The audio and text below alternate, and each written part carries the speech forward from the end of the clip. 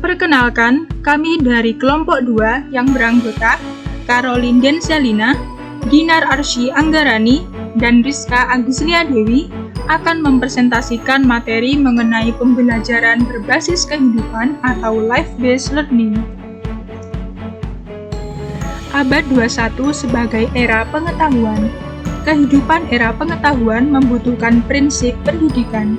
Kehidupan era pengetahuan menuntut setiap individu mempunyai kapabilitas. Kehidupan era pengetahuan membutuhkan knowledge workers.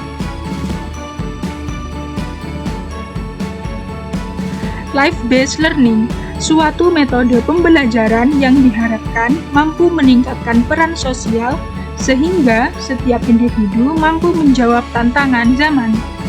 Menggunakan proses yang berdasarkan hakikat kehidupan dan masalah kehidupan. Dalam prosesnya berfokus pada perkembangan kapabilitas di era pengetahuan.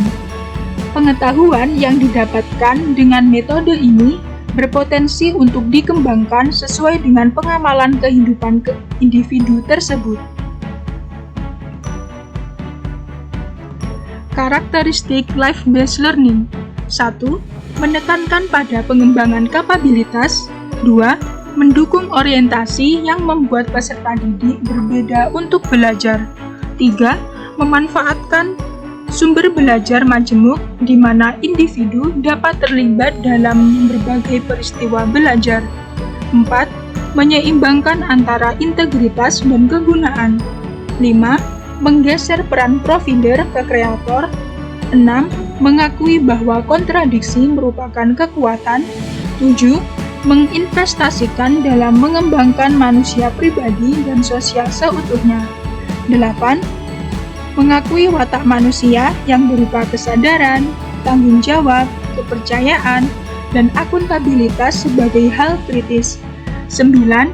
Menghargai bahwa perubahan berbeda secara kualitatif baik eksternal maupun internal.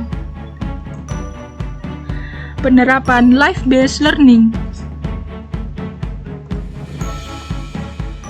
Hal mendasar yang perlu diperhatikan dalam penerapan life-based learning atau pembelajaran berbasis kehidupan. 1. Life-based learning dilaksanakan untuk mengembangkan kemampuan dan kemauan. 2. Life-based learning dilaksanakan dengan menjalin interaksi yang seimbang antara institusi penyelenggara pendidikan, lingkungan, dan masyarakat. 3.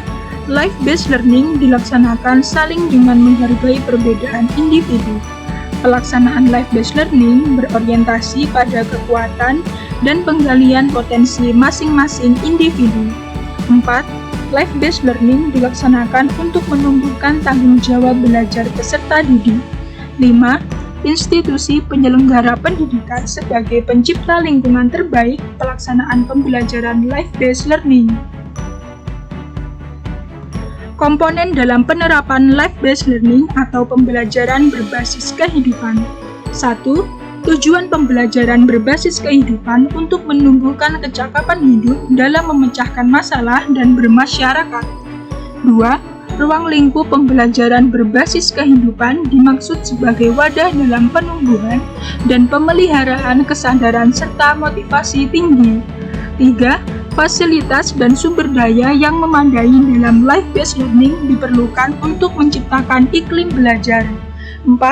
Kondisi atau iklim kondusif dalam pelaksanaan life-based learning diperlukan demi ketercapaian pembelajaran. 5.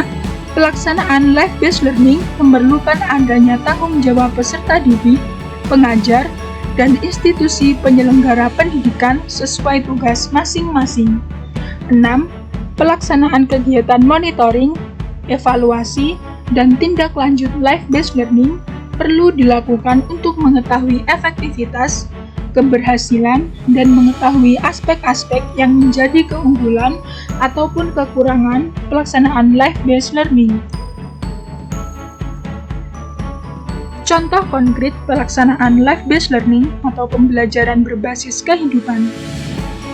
Memberi tugas peserta didik untuk identifikasi dan memberi argumen terkait masalah yang sedang berkembang di masyarakat.